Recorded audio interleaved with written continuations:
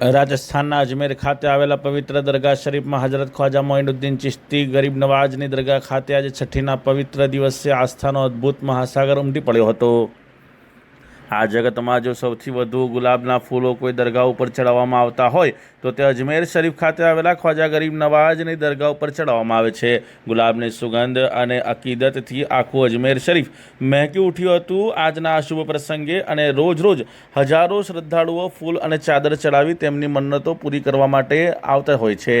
હિન્દુસ્તાનના ખૂણે ખૂણેથી હિન્દુ, મુસ્લિમ, શીખ, ઈસાઈ સહિત અનેક ધર્મના લોકો દુઆ માંગવા માટે અજમેર શરીફ ખાતે આવી પહોંચ્યા હતા। દરગાહ ખાતે કોમી એકતા, ભાઈચારો અને માનવતાની અનોખી મિસાલ જોવા મળી હતી। દેશમાં સુખ, શાંતિ, અમન, ચેન અને સૌની સલામતી માટે હજારો હાથ એકસાથે દુઆ માટે ઊંચા થયા હતા। કોઈ પોતાના બીમાર સ્વજનો માટે, કોઈ માતા પિતાની તંદુરસ્તી માટે, તો કોઈ પોતાના બાળકોના ઉજ્જવળ ભવિષ્ય માટે, તો કોઈ તેમના માતા પિતા માટે, તો કોઈ મુસીબતથી અને આફતોથી બચાવવા માટે દિલથી દુઆ માંગતા નજરે પડ્યા હતા।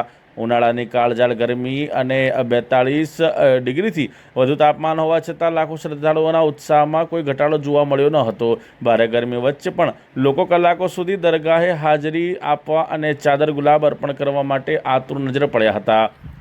અજમેર શરીફ ખાતે લાખો લોકો માટે લંગર અને જમવાની ભવ્ય વ્યવસ્થા કરવામાં આવી હતી, જ્યાં માનવ સેવા અને ઇન્સાનિયતની અનોખી ઝલક જોવા મળી હતી। ખ્વાજા ગરીબ નવાજના દરબારમાં દરેક ધર્મ અને સમાજના લોકો એકસાથે માથું ઝુકાવી રહ્યા હોય તે દ્રશ્યો દેશની ગંગા જમુના તહેજીબ, પ્રેમ અને એકતાનું જીવંત પ્રતીક બની રહ્યા હતા। અજમેર શરીફ આજે માત્ર એક ધાર્મિક સ્થળ નહીં, પરંતુ પ્રેમ, ઇન્સાનિયત એટલે માણસાઈ, ભાઈચારો અને કોમી એકતાનું વૈશ્વિક પ્રતીક બની ગયું હતું।